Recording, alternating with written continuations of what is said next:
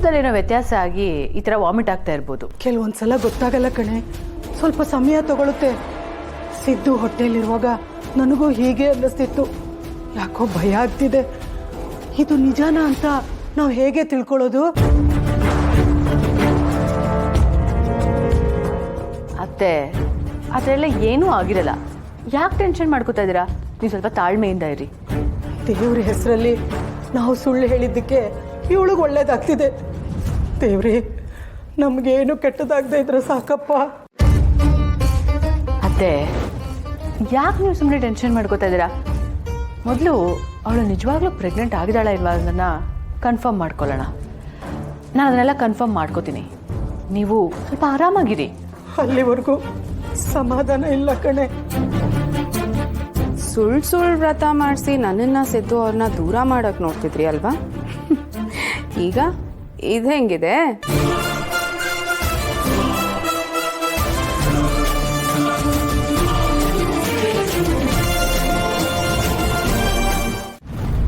ನೋಡಿ ಜಯಂತ್, ನಾನು ನಿಮಗೆ ಕೊಡ್ತಿರೋದು ಕೇವಲ ಮಾತ್ರೆನೇ ಹೊರತು ಟ್ರೀಟ್ಮೆಂಟ್ ಅಲ್ಲ.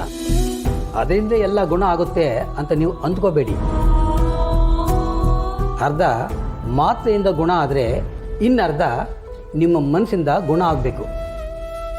ಆದರೆ ಡಾಕ್ಟರ್, ನನ್ನ ಮನಸ್ಸು ಕಂಟ್ರೋಲಿಗೆ ಬರ್ತಾ ಇಲ್ಲ ಅಂತ ತಾನೇ ಹೇಳ್ತಾ ಇರೋದು. ನೋಡಿ, ನಿಮ್ಮ ಮನಸ್ಸು ನಿಮ್ಮ ಕಂಟ್ರೋಲ್ಗೆ ಬರಬೇಕಾದರೆ ನೀವು ಮೊದಲು ಇಲ್ಲಿಂದ ಅಂದರೆ ಈ ಜಾಗದಿಂದ ದೂರ ಸರಿಬೇಕು, ಬೇರೆ ಬೇರೆ ಜನಗಳನ್ನ ಬೆರಿಬೇಕು, ಹೊಸ ಹೊಸ ಸ್ಥಳಗಳನ್ನು ವೀಕ್ಷಿಸಬೇಕು. ಇದ್ಯಾವುದು ಆಗದೆ ನನಗೆ ಕಂಟ್ರೋಲ್ಗೆ ಬರ್ತಾ ಇಲ್ಲ ಮನಸ್ಸು ಅಂತಂದರೆ ಹೇಗೆ? ಡಾಕ್ಟ್ರೇ, ನನ್ನವರು ಅಂತ ಇದ್ದವರು ಬರೀ ಜಾನ್ವಿಯವರು ಅಷ್ಟೇ. ನಾನು ಎಲ್ಲದನ್ನು ಹೇಳ್ಕೊತಿದ್ದಿದ್ದು ಅವ್ರ ಹತ್ರನೇ. ಈಗ ನೀವು ಏಕಾಏಕಿ ಇನ್ಯಾರನ್ನಾರು ಭೇಟಿ ಮಾಡಿ ಮಿಂಗಲ್ ಆಗಿ ಅಂತ ಹೇಳಿದ್ರೆ ಎಲ್ಲಿಗೆ ಹೋಗಲಿ ಹುಡ್ಕೊಂಡವ್ರನ್ನ? ನೀವೇ ಹೀಗೆ ಹೇಳಿದ್ರೆ ಹೇಗೆ ಜಯಂತ್? ನಿಮಗೆ ಗೊತ್ತಿಲ್ಲದೆ ಹೋದರೆ ಏನಂತೆ? ಅಲ್ಲ, ಅವ್ರಿಗಾದರೂ ಒಂದಷ್ಟು ಜನ ಗೊತ್ತಿರ್ತಾರಲ್ವ, ಅವ್ರನ್ನೆಲ್ಲ ಒಟ್ಟಿಗೆ ಒಂದು ಕಡೆ ಸೇರಿಸಿ ಈ ಶ್ರದ್ಧಾಂಜಲಿ ಸಭೆಯನ್ನು ಸಂತಾಪ ಕೂಟನ್ನು ಏರ್ಪಡಿಸಿ. ಆವಾಗ ಅವರೆಲ್ಲರೂ ಬರ್ತಾರೆ, ಅವ್ರನ್ನ ಪರಿಚಯ ಮಾಡ್ಕೊಳ್ಳಿ, ಅವ್ರ ಜೊತೆ ಮಾತಾಡಿ ಭಾವನೆಗಳನ್ನ ಹಂಚ್ಕೊಳ್ಳಿ. ಇದ್ಯಾವುದು ಆಗದೆ ನನಗೆ ಒಳ್ಳೇದಾಗಬೇಕು ಅಂದರೆ ಆಗುತ್ತಾ? ಯೋಚನೆ ಮಾಡೋಡಿ. ತುಂಬ ತೊಂದರೆಗೆ ಒಳಪಡಬೇಕಾಗುತ್ತೆ ನೀವು. ನೋಡಿ ಡಾಕ್ಟ್ರೇ, ಮಾತ್ರೆ ತೊಗೊಳ್ಳಿ ಅಂತ ಹೇಳಿದ್ರಿ, ತೊಗೊಂಡಾಯ್ತು. ಫೋಟೋ ಇಟ್ಟು ನೋಡಿ ಅಂತ ಹೇಳಿದ್ರಿ, ಅದು ಮಾಡಾಯ್ತು. ಈಗ ಸಂತಾಪ ಸಭೆ ಶ್ರದ್ಧಾಂಜಲಿ ಅಂತೆಲ್ಲ ಹೇಳ್ತಾ ಇದ್ದೀರಾ, ಅದನ್ನು ಮಾಡ್ತೀನಿ. But I am still very confuse. ನಂಗೆ ಏನು ಸರಿ ಏನು ತಪ್ಪು ಗೊತ್ತಾಗ್ತಾ ಇಲ್ಲ. ನೋಡಿ ಜಯಂತ್, ಇಲ್ಲಿ ಕನ್ಫ್ಯೂಸೇ ಬೇಕಾಗಿಲ್ಲ. ಈಗಾಗಲೇ ನಾನು ಹೇಳ್ದಾಗೆ ಒಂದು ಸಂತಾಪ ಕೂಟನೋ ಈ ಒಂದು ಸಭೆನೋ ಸೇರಿಸಿ. ನಿಮಗೆ ಗೊತ್ತಿಲ್ಲದೆ ಹೋದ್ರೂ ಅವರಿಗೆ ಅಂದರೆ ನಿಮ್ಮ ಹೆಂಡತಿಗೆ ಗೊತ್ತಿರತಕ್ಕಂಥ ಜನ ಒಂದಷ್ಟು ಜನ ಇದ್ದೇ ಇರ್ತಾರೆ. ಅವ್ರನ್ನ ನೀವು ಜೊತೆಯಲ್ಲಿ ಬೆರೀರಿ. ಅವಾಗೇನಾಗುತ್ತೆ ಹೇಳಿ? ಓ, ಇವರು ನನ್ನ ಹೆಂಡತಿ ನನ್ನಿಂದ ದೂರ ಆಗಿದ್ದಾರೆ ಅಂತಕ್ಕಂಥ ಅರಿವು ಮೂಡೋದಕ್ಕೆ ಶುರುವಾಗುತ್ತೆ. ಈ ದ್ವಂದ್ವದಲ್ಲಿ ಒದ್ದೋಡೋದಕ್ಕಿಂತ ಅವ್ರ ಜೊತೆ ಬೆರೆಯೋದು ಮೇಲೂ ಅನ್ಸಲ್ವಾ ನಿಮಗೆ?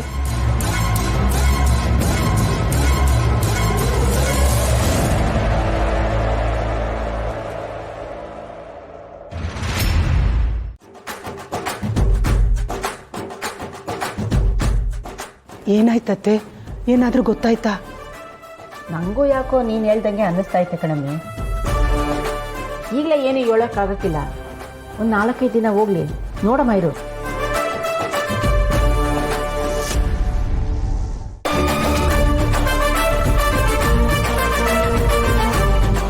ಅತ್ತೆ, ನಾವು ಇವರಿಬ್ಬರು ದೂರ ಆಗಬೇಕು ಅಂತ ಅಂದ್ಕೊಂಡು ಇಷ್ಟೆಲ್ಲ ಮಾಡ್ತಿದ್ರೆ ಇವ್ರು ನೋಡಿದ್ರೆ ಇನ್ನೂ ಹತ್ರನೇ ಆಗ್ತಿದಾರಲ್ಲ.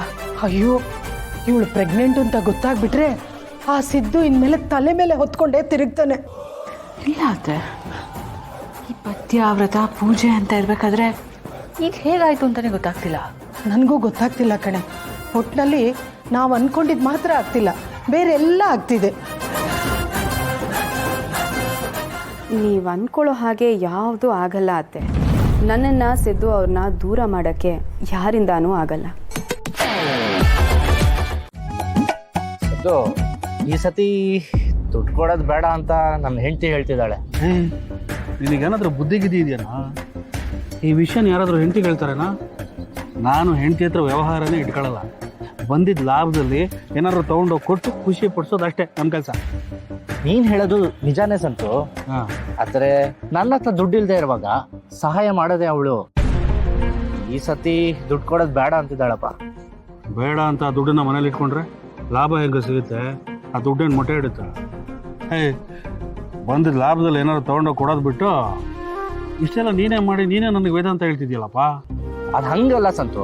ಹಾ. ದೀಪಾವಳಿ ಹಬ್ಬ ಬೇರೆ ಬರ್ತಿದ್ಯಲ್ಲ, ಖರ್ಚು ಜಾಸ್ತಿ ಇರುತ್ತೆ. ಈ ಸಲ ಬೇಡ, ಮುಂದಿನ ಸಲ ಕೊಡಿ ಅಂತ ಹೇಳ್ತಿದ್ದಾಳೆ. ಈಗಿರೋ ಬರೋದನ್ನೆಲ್ಲ ಕೊಟ್ಬಿಟ್ಟು ಆಮೇಲೆ ಹಬ್ಬಕ್ಕೆ ಇನ್ನೊಬ್ರ ಹತ್ರ ಕೈ ಚಾಚಿ ಸಾಲಕ್ಕೆ ಬೇಡ್ಕಂತ ನಿಂತ್ಕೊಳ್ಳೋದು ಬೇಡ ಅನ್ನೋದು ಅವಳು ವಾದ. ನನಗೂ ಸರಿ ಅನ್ಸಿ ನಾನು ಸುಮ್ಮನಾಗ್ಬಿಟ್ಟೆ. ಒಟ್ಟಲ್ಲಿ ಹೆಂಡತಿ ಮಾತನ್ನ ಚೆನ್ನಾಗಿ ಪಾಲಿಸ್ತಾ ಇದೆಯಾ ಅಂತ ಅನ್ಸುತ್ತೆ. ನೋಡ, ಈ ಹೆಂಡತಿಯರನ್ನ ವ್ಯವಹಾರಕ್ಕೆ ಸೇರಿಸ್ಕೋಬಾರ್ದು. ಹೊಟ್ಟೆ ಹೋಗಿ ತಿಂಡಿ ಮಾಡು, ಮಕ್ಕಳು ನೋಡ್ಕೊ, ಇಷ್ಟಕ್ಕೆ ಇಟ್ಟಿರ್ಬೇಕಣ. ಅದು ಬಿಟ್ಟು ವ್ಯವಹಾರದಲ್ಲಿ ಬಿಟ್ಕೊಂಡ್ರೆ ಯಾವನೂ ಉದ್ಧಾರ ಆಗಲ್ಲ. ಈ ಚಾಣಕ್ಯ ಏನು ಹೇಳಿದಂಗೆ ಗೊತ್ತಾ?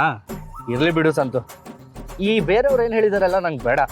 ಬಟ್ ನಾನು ಹೇಳ್ತಿರೋದು ನಂಗೆ ತುಂಬ ಚೆನ್ನಾಗಿ ಗೊತ್ತಾಗ್ತಿದೆ. ಸರಿ, ನೀವಿಬ್ಬರು ವ್ಯವಹಾರ ಮುಗಿಸ್ಕೊಳ್ಳಿ, ನಾನೇನು ಹೊರಡ್ತೀನಿ. ಸರಿನಪ್ಪ, ಆಯ್ತು, ಹೋಗ್ಬಾ.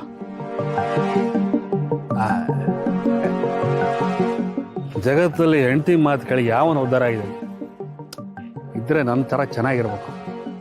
ಈ ನನ್ನ ಮಗ ಈ ರೀತಿ ಕೈ ಎತ್ತಾನೆ ಅಂತ ನಂಗೆ ಚೆನ್ನಾಗಿ ಗೊತ್ತಿತ್ತು. ಅದಕ್ಕೆ ನನ್ನ ದುಡ್ಡನ್ನ ಜೋಪಾನವಾಗಿ ತಂದಿದ್ದೀನಿ.